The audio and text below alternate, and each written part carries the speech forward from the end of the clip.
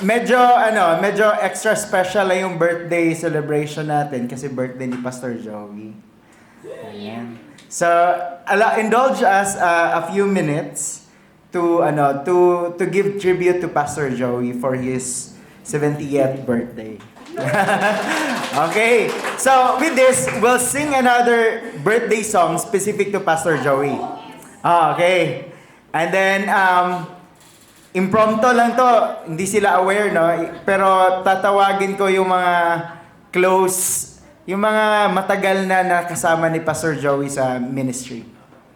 But before that, alam na ninyo kung sino yun, no?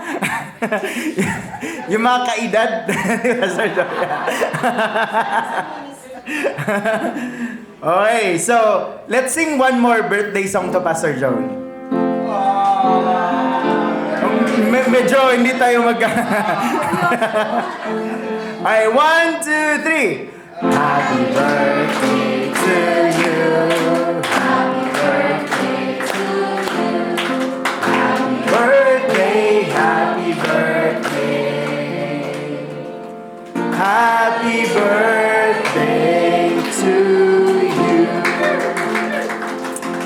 Ayun. So, happy 70th birthday, Pastor Joey. We're very grateful for your guidance. And thank you for your wisdom and the kindness and your grace in serving the ministry here in TRBC. So, with this, like what I mentioned, I'd like to call in mga... Just say a few words lang to Pastor Joey. No? Magugutom tayo niyan. At dahil dyan, unahin ko na si Kuya Delio. Okay, so, Kuya Delio. Ano sasabihin ko? Happy birthday, Pastor! Dito. Dito na lang? Dito na lang? Kaya ko naman na matatayo ka lang. Oo, pag... Tama na eh, matandaan na eh, ayos na yun. Okay, sige. I have another one. Of course, wala namang mas longer pa kay no? Di, syempre yung pinaka-close ni ni Pastor Joey. Kata girly.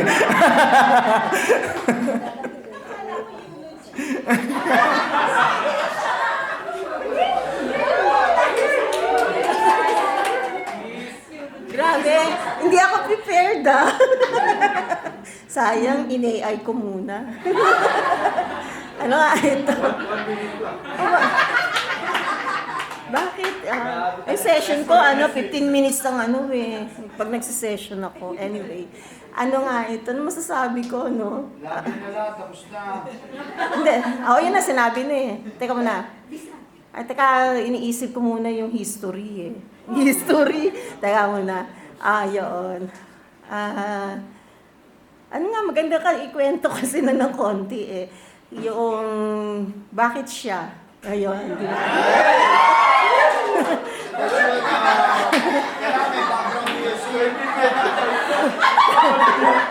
Tama na.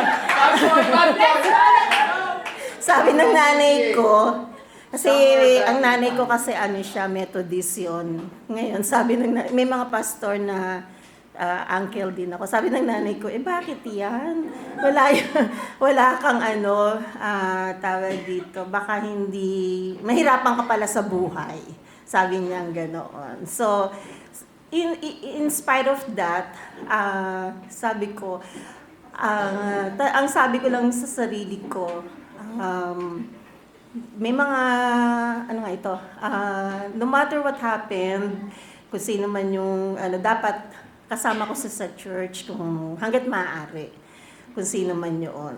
So, very competitive, may competition, pero nanalo pa rin ako. Siguro, at saka nakakatawa talaga. Ito kukwento ko sa inyo, no? Dahil nabasa ko about kay Ruth and then share ko rin sa inyo. Nag-fasting din ako. Sabi ko, Lord, magpa-fasting ako para sa Kanya. Ayan na, may tip na kayo. So, yun. So, puro kalokohan, Ayan, mamaya Lumalabas, sasingilin. ikaw pala ex-girlfriend ni Pastor. Oh, mamaya sasingilin kayo ng amusement taps. Anyway, yun. So, sabi ko with all the, yun yung journey. So, mahirap yung journey kasi there are mga uncertainties like yung financial, yung financial, napakahirap kasi hindi yun yung isa sa mga challenge. Pero God has given us, yun yung provisions, hindi nagkulang, nabuhay na, yung kung ano lang yung meron. Mahirap, pero we were strengthened by God's love and mercy to us. Tapos ngayon, yun, naglabasa na yung mga sakit-sakit ngayon. So we hope na parang ang nag-e-ending na ako, no. Bali, parang 65 and 70. And then parang waiting kailan Lord prepare to meet the naiyak ako. Preparing to meet the our creator.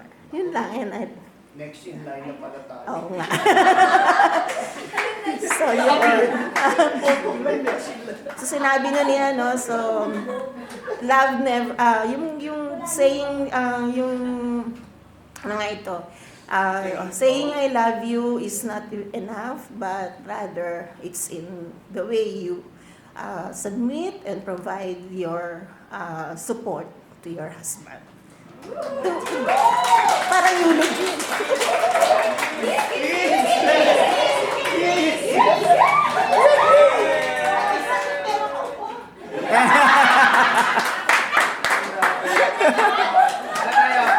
Iwas influenza mo na.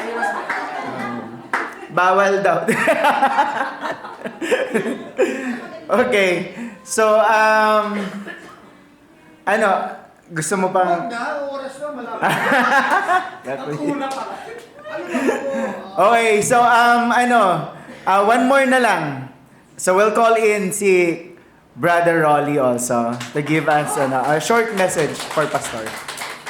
Matanda na pala si Brother Roll.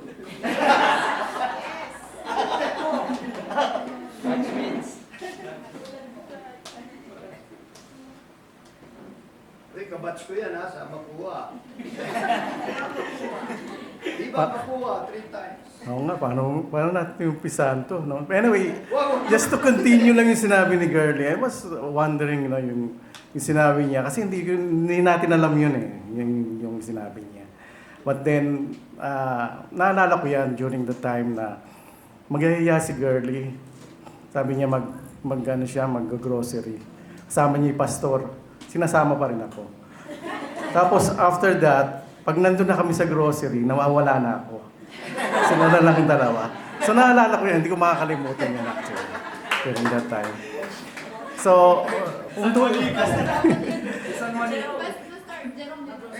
Nagsara ata yung grocery na yun.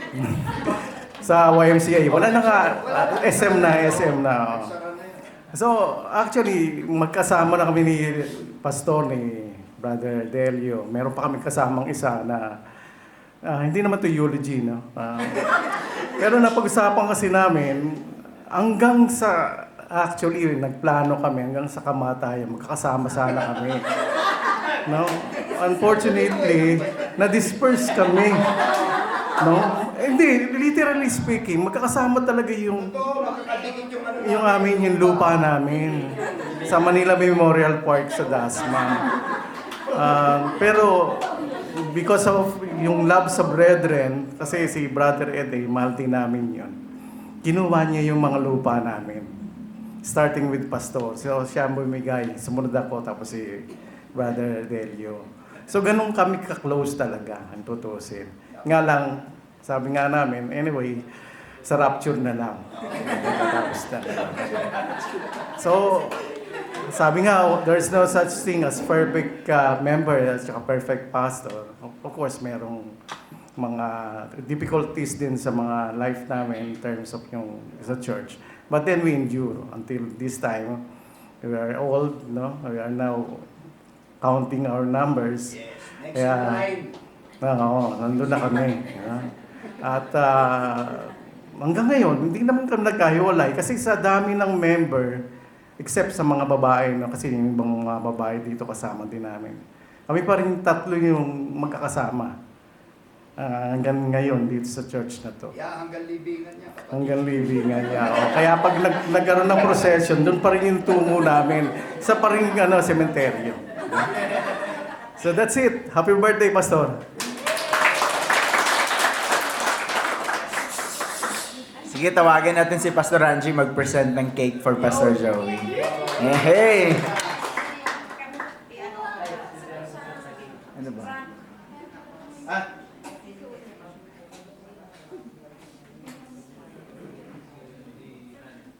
No, I think the aircon is, dito na lang.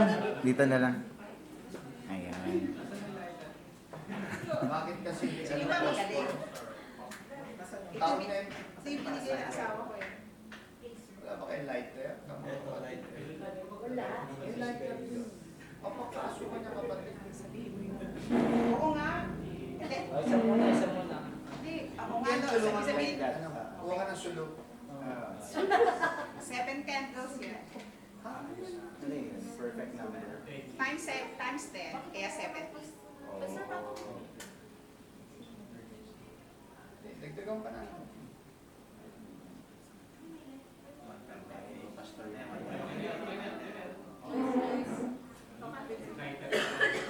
Okay. Ah, Basahin. Yun. For the gram. Ay, Pastor, dito daw. Babasahin? Babasahin daw yung nandito. Ang masamang damo ay...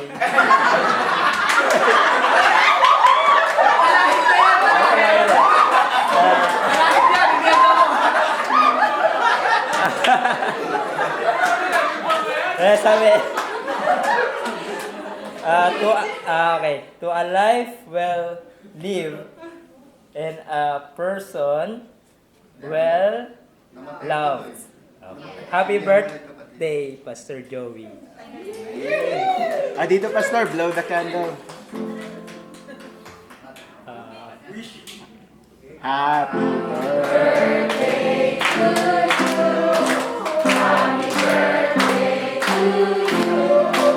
Happy birthday, happy birthday. Happy birthday to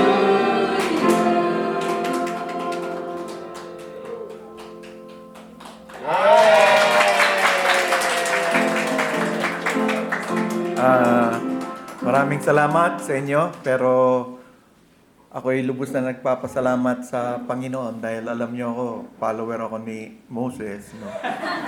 Na kahit marami akong sakit,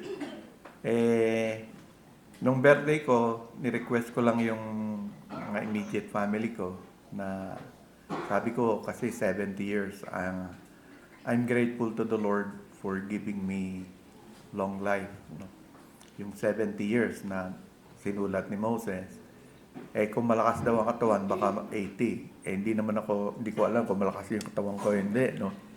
But, kanina, galing din ako dun sa pagdada sa hantungan ng father ni Abel. 90 yun, no?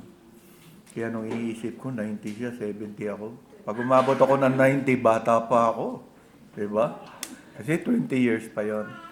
Pero sa lahat ng journey na to, hindi lang nabanggit ni Rolly, si Ida kasama din namin yan. Doon din yung niya yung libingan niya no? So sabay-sabay kami noon. At si Eda matagal na ring nakasama nung bumalik siya, no? Kasi nasa abroad siya eh. Pagbalik niya, tuloy-tuloy siya sa church. Di na siya umalis, no? So hanggang ngayon. So kaya parati ko sinasabi sa inyo, hindi ko rin makalimutan kasi kay Ed ako narinig lang na sana pastor magka-church sa lugar na to. No? Kami ni Rolly kung saan kami naghanap sa Dasma eh. Pero dito pala talaga yung gusto ng Panginoon. May namatay pa sa ano, kinausap niya. Oo. yung unang bibilan namin ng lupa, pumayag na. Doon na sana kami, tuwan-tuwa na kami. Kalahin mo bigla namatay na magbabayaran na. Kaya hindi kalooban na. Tapos may isa na naman na nakita si Brother Rolly. Pero yun nga, so, ang pinaka-surprise ko lang, si Delio nakatagal. No? Kasi madalas ko nabubulungan, napapagalitan. Pastor, Pero Ikaw matibay. ang tumagal sa akin. So, tapos yun nga, yung sinasabi niya, yung sa nanay niya. Mali yung nanay niya. Kasi ako yung nahirapan So, yun po. So, maraming salamat sa continuing support. Actually, blessed din ako because sa 35 years akong pastor, kalahati ng edad ko. And I'm thankful sa Trinity dahil wala akong maraming bad memories, no? Kasi yung mga members, wala rin kayong natatandaan masyadong nadidiscipline sa church natin. So, kaya I'm very thankful sa Lord na kahit hindi malaki yung church, no? Yet the members given are willing to grow in the Lord with me. So, pero ngayon we're praying for Pastor Angie. And thankful tayo, mukhang bibigyan siya ng asawa. Mukha pa lang.